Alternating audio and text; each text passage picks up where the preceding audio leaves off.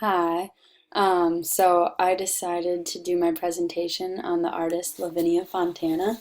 Um, and I picked her because I didn't recognize the name at all, compared to everyone else on that list that we were given. And so I kind of just wanted to pick someone new.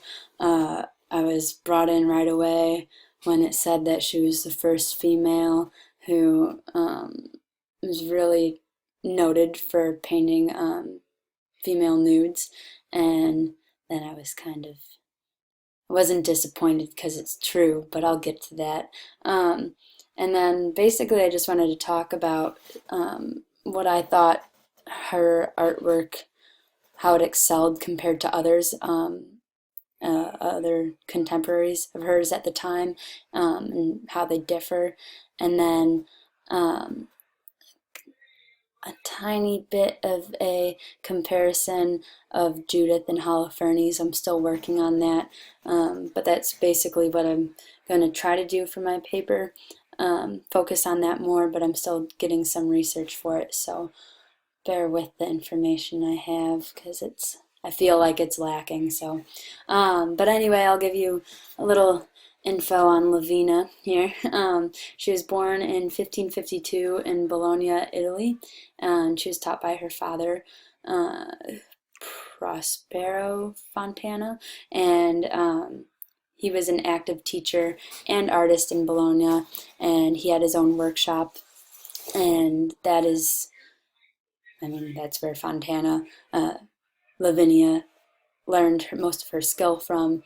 Um, and she is described as the first professional female painter in Western Europe, um, and also for painting the female nude, um, which I've, like, when I was researching this, I tried to find any book that had her name in it, and there's like probably like 12 to 15, and they're just like, some of them are just one page little like articles on her, but out of all of those things, maybe two of them mentioned that she painted the female nude. Like, none of these books, none of them went over that, and I was just so sad. It was so much harder to find information on those. um, but she is very skilled at her portraiture painting. She is definitely, and that is her thing. Like, she's so good at it. And I mean, she was commissioned for many other things. She had a lot of religious paintings. She did a 20-foot altar piece for San Paolo Fiore, the Mora in Rome. I can't say. I've tried saying that so many times, but it was commissioned by Pope Clement VIII, and that church that it was in burned down in 1823, and it's completely gone. Like that, it's noted to be one of her best pieces, and it's just demolished. She moved around. She went to Rome in like 1604. Um, I can't remember if I mentioned, she had married her husband. She knew him. He was another artist who worked in her dad's workshop. They had 11 kids. Um, oh, I don't know what I just did there. Sorry. Um, of the 11 kids, only three of them survived. I just thought it's sad.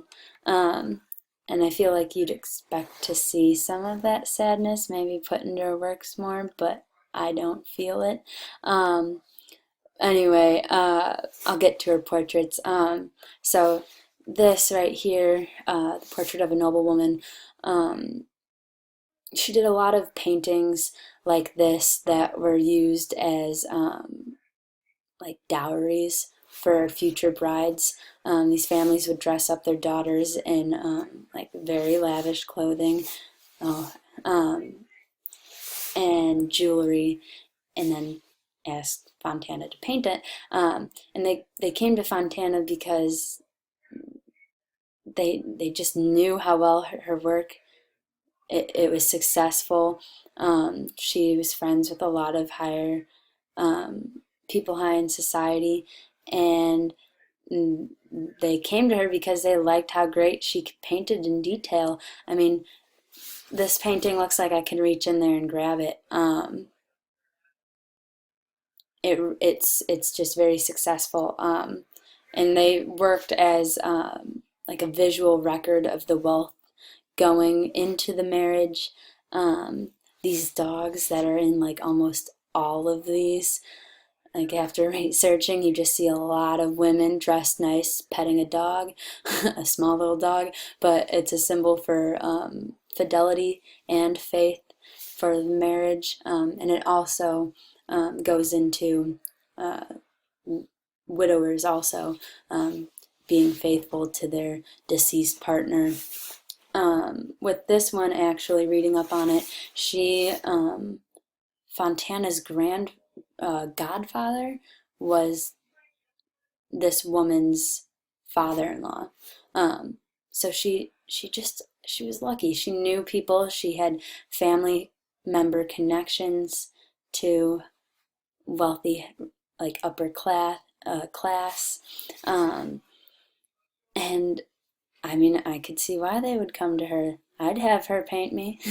um, but the detailing on the sleeves, on all of it, it pops out. One thing that I think she does lack is the emotion. Um, I think she might have gotten too used to painting the idea of this wealth and status.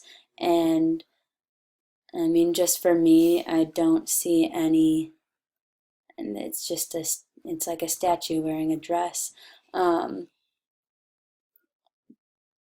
but the difference, though, however, um, we have Sanofispa and Gusola. I can never say her name. Um, Fontana just does it so much better. But Sanofispa really knows, I think, how to show emotion. Playing chess with her sisters, she does lack the same intensity of the detail, but she picks up where Fontana can't. And I think I don't know. I just like Sanofispa's much more, even though the detail isn't as extreme. I guess I will go into this now. So I have Gentileschi, Caravaggio, Fontana, and Tintoretto. And right here with Tintoretto and Fontana, there's no blood. There's something so much more peaceful about theirs, and with a piece like this, I just don't think it should be peaceful. We have Caravaggio and Gentileschi, and it's just gory. You have Holofernes pushing up against the servant, really fighting, and with this, there's the defeat. It's already done with. Um, it's almost as if the head was never cut off. It's just naturally that's how it is. Since there's no blood, it's so strange. And I think this one really just stands out. You have these dark backgrounds, and I think it works so well for what's being conveyed, and this just seems so wrong compared to the others. It seems mournful, um, but at the same time it's executed so, the again with the expression, um, this is so much more like a portrait, and I mean that's what Fontana was good at. And it is discussed that this possibly is a portrait of Fontana, and I agree. I can see it. Um, there's a lot more I want to talk about with this, but I can't. Like with Gentileschi and how she was raped when she was younger. I feel like this goes into it. Even just her painting styles, growing up so differently. Um, I think that can really change the type of artwork, and she's just different, and she's better in my book.